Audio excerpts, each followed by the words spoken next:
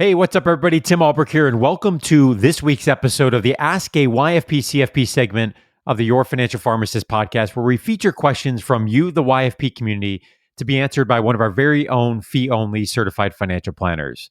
Please note this podcast is intended for educational purposes and should not be considered financial or investment advice, as we do not know all the variables to one's personal situation when answering a question. Before we jump into today's question, a shout out to our extraordinary YFP financial planning team that makes this segment possible. Your Financial Pharmacist offers fee-only comprehensive financial planning services that are customized to the pharmacy professional. So whether you want to pay off your student loans, make the right investment decisions, or simply build a solid financial plan, we'll help get your income working for you rather than the other way around. You can learn more by visiting yfpplanning.com. Again, that's yfpplanning.com. Okay, this week's question comes to us from a member of the YFP Facebook group. And that question is, would a cash out refinance or HELOC be advisable to use to pay off student loans? Tim Baker, what are your thoughts? Yeah, I don't know, Tim.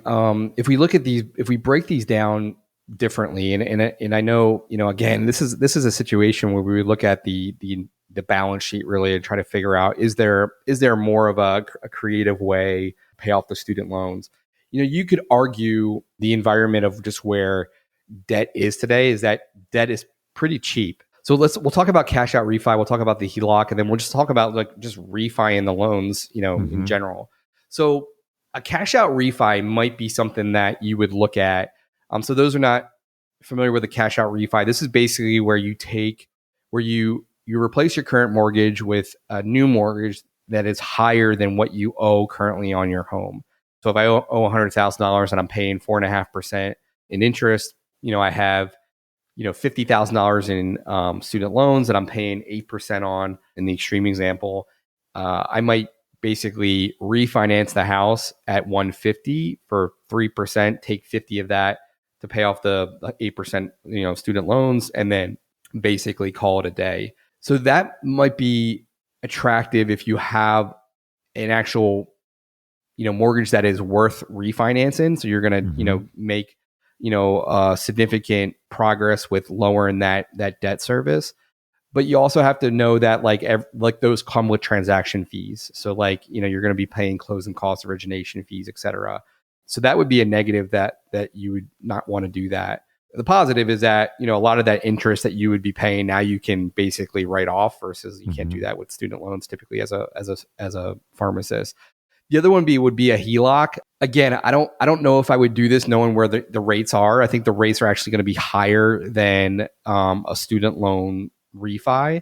So a HELOC is kind of like a credit card that's backed by your house. So you typically have lower rates, but they're not going to be as low as what you can get on the refi. You might have some fees associated with that, but not like you would with a cash out refi.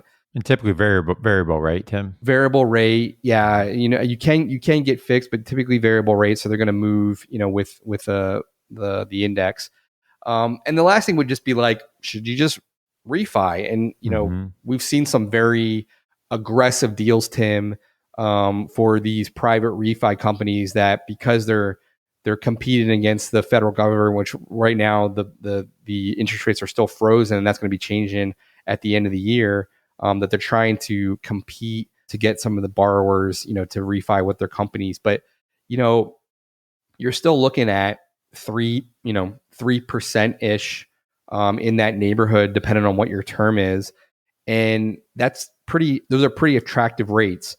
So cash out refi, I don't know if I would do that, even if I might do, if I had to refi, I might do that separately, even from a student loan refi. I probably wouldn't do a HELOC because I think you're going to pay higher rates.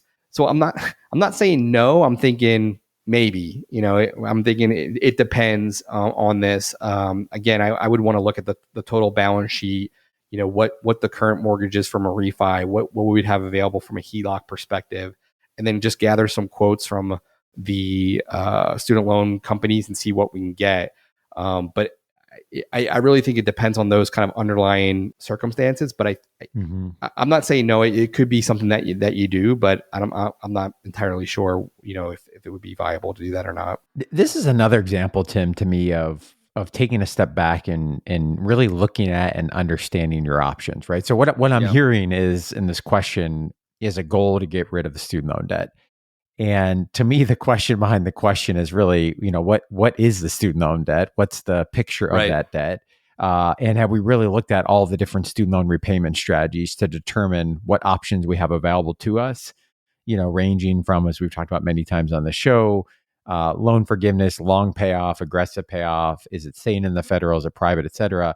And then once we have a better picture of the student loans, the goals, what else we have going on, okay, then if we do determine that we want to get rid of the student loans, and that is the game plan, understanding the options. So here we're talking about cash out refinance, we're talking about HELOC, and as you mentioned, potentially just straight refinancing the loans. And then within that option, that third option, there's multiple options in terms of terms and other things. So yeah, really a great reminder to, I think, just take a step back and say, okay, what's the goal? What are we trying to achieve? What are the options to achieve that goal?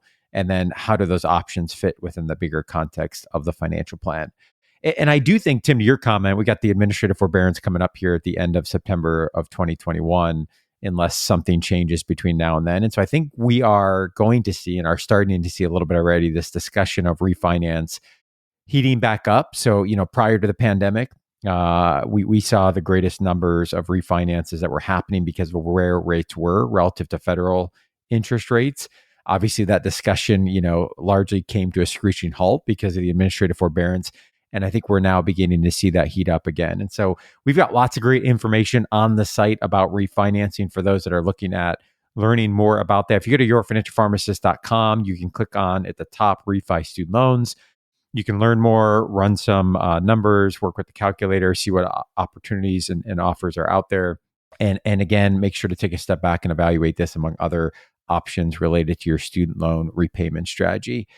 Appreciate this question that is coming from the YFP Facebook group. If you're not already a part of the Your Financial Pharmacist Facebook group, I hope you'll consider joining more than 7,000 pharmacy professionals that are all across the country, really committed to empowering and helping one another on their path towards achieving financial freedom. If you'd like to have your question featured on an upcoming episode, please go to yourfinancialpharmacist.com/ask YFP, or you can send us an email at info@yourfinancialpharmacist.com. Have a great rest of your week.